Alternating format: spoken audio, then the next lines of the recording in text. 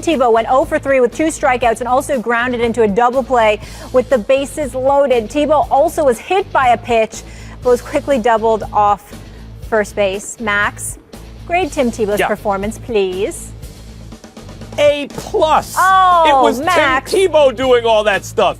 He was hitting home runs in batting practice. You have the other team on the top step of the dugout watching because he's taking batting practice, grounding into a double play. The whole thing is great. The only thing I'd like to see now, I want to see him play the outfield. I want to see him crash into the wall. I want to see his arm. Come on, it's Tim Tebow. Here's a better way. If it's not an A+, Molly, can you tell me anything else that happened in spring training for any team yesterday? I was focused on NFL free agency and the Warriors losing. Sorry, I cannot. Right. Right. Me too. Max, the only thing I know about baseball yesterday is Tim Tebow. That's fair. Max. Yes. Max. Yes. Max's ridiculous explanation requires two things. Either he needs to be drug tested, or he's somebody that's a closet Cowboys fan because he's clearly concerned with the hype and nothing of substance whatsoever. I would, however, give Tim Tebow a C. I would not give him a failing grade. I thought he got hosed on that first strikeout. That third strike was not a strike. That was low and outside. He didn't deserve it. Then he grounds into the double play. A dude that grounds into a double play gets a standing ovation and high fives from his teammates. I guess because he brought the runner from third home. He wasn't awful. He made contact. I give him credit for that. But in the end of the day, his bat speed looked slow. He has a long way to go. Clearly doesn't belong at a major league level. But I was happy for him. He seems to be improving, and I give him credit for that. I give him a C. Yeah, it's hard not to root for him. When Stephen A. Smith gives Tim Tebow a C, you know it was an A+. Max, all I know is I wish you were my teacher. He is your friend. It's officially NFL free agency season, and there are plenty of big names ready to offer their services for 2017. We have 2 quarterbacks looking for a new start in Tony Romo and Colin Kaepernick, 1 game-changing wideout in Alshon Jeffrey, and oh yes, some guy named Adrian Peterson. On that note, for more on NFL free agency, joining us now is the insider of all insiders, one Adam Schefter. Good morning, Molly. Good morning. Thank you so much for being with us. How you doing? On this crazy day. I'm fantastic. I love today. Where's Stephen A. and Max? They are in New York. And New York right here. Got stuff to do. In your got city. Stuff to do, They're Adam. big time, Adam, like you. Adam, let's get right to it. Biggest surprise thus far in this free agent signings. What would you classify it as, sir? Stephen A., we're in the middle of the day, and we've got a long way to go, and I think we're going to get plenty of surprises as the day goes on. But I think the fact that the New England Patriots jump into free agency, which you don't ordinarily see, and take the division rival cornerback Stephon Gilmore off the Buffalo Bills, assuming there are no snags in those negotiations here this afternoon. Stephon Gilmore becomes a New England Patriot. We've got Malcolm Butler on that 1-year deal that he has not signed yet, and our Diane Rossini has mentioned the fact that the Patriots could entertain an offer of trading Malcolm Butler to New Orleans for Brandon Cooks, and so the Patriots are wheeling and dealing. Keep in mind, they've already traded a 4th-round pick for Dwayne Allen, the tight end, and a 6th-round pick. They have gone out here and acquired Stephon Gilmore. They have put Malcolm Butler in play. And so the team that's coming off a Super Bowl victory is acting as if they've never won a Super Bowl, and they're making aggressive bold moves. Active in the draft, typically the Patriots. I'm hearing that you have some breaking news regarding Mike Glennon. Mike Glennon, as expected, is going to sign with the Chicago Bears, barring any setbacks. Here's the number, Stephen A. and Max. You tell me what you think of this deal. It's going to be for $15 million a year, 3 years. $45 million, $19 million guaranteed to join the Chicago Bears. Mike Glennon will go in there and be the Bears starting quarterback. A big deal for Glennon. He was wanted back in Tampa, was the top free agent quarterback available on the open market. And when I mean available, that means Patriots not trading Garoppolo, Redskins not planning to trade Kirk Cousins. So this is the best you could do right now. The Bears are going to go out and land that top quarterback on the market. Adam, does that mean, as John Elway said last year when he was negotiating with Osweiler, look, there should be a middle class of quarterbacks? Does that mean, does this contract represent Mike Glennon joining the middle class of quarterbacks? I guess, Max, but here's the deal. If you're starting in the NFL, even Ryan Fitzpatrick came in last year to the Jets and made over $12 million per year. So they're paying Mike Glennon, who's a free quarterback, an unrestricted free agent on the open market where teams don't have quarterbacks, $15 million a year, 19 guaranteed. So if Mike Glennon flames out in Chicago, they can move on to the next guy without much damage. There's not a lot of risk. They tie up the guy they want. Look, Tampa Bay wanted Mike Glennon back in Tampa, which tells you something. I think that speaks to his level of abilities and talent, and he's going to wind up in Chicago on that big money deal here.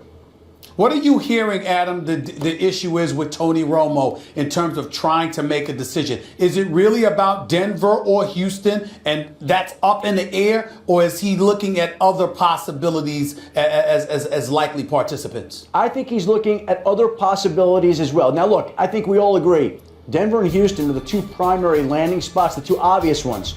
But my understanding is don't be surprised when Tony Romo takes visits to other places not named Denver and Houston. And so here's the question that every team's going to have to ask itself in free agency. When you look at your starting quarterback, whether it's Jacksonville or Minnesota or you pick the team, would we rather have Tony Romo as our starting quarterback, or would we rather have the guy we have in place now? And every team around the league is going to have to ask that question. I can tell you New England's going to rather have Tom Brady. Pittsburgh's going to rather have Ben Roethlisberger. Green Bay's going to rather have Aaron Rodgers. But ask yourself that question with every other franchise, and you come to your own conclusion about whether you'd rather have a quarterback there or whether you'd have Tony Romo. Adam, we haven't heard much about Adrian Peterson. What are you hearing about his whereabouts? Could he end up back in Minnesota? Well, Molly, the reason that you don't hear a lot about it is because the running back market is deflated some. And teams are not jumping out to go sign running backs because there are a lot of them. Yeah. And good ones in the draft. And there are great ones in the draft. And so teams know that they don't have to be in a rush. Listen, Adrian Peterson is one of the greatest players in NFL history. So he's going to get a lot of attention. We're going to replay his highlights, and we're going to see the great runs like this one right here. But the fact of the matter is, there's more attention on him from the public than there is from actual teams themselves. Now, there's been some talk that maybe the Raiders will be interested, maybe Seattle will be interested. We'll see whether or not that happens. But again, I think there's a lot more interest on our part than the team's part right now. And you said, Adam, that's largely because there are no, Glennon's markets there. Adrian Peterson's is not just because the increased importance on the quarterback and decreased on the running back, but because in this draft, the view is that there are ready-to-go running backs and not quarterbacks. That's also cooling Peterson's market? Well, here's the deal, Max. If you look at it, Bill Polian was on Insiders yesterday, and he said he thought Adrian Peterson was a veteran minimum salaried running back. And I couldn't believe when he said that, because you're talking about Adrian Peterson.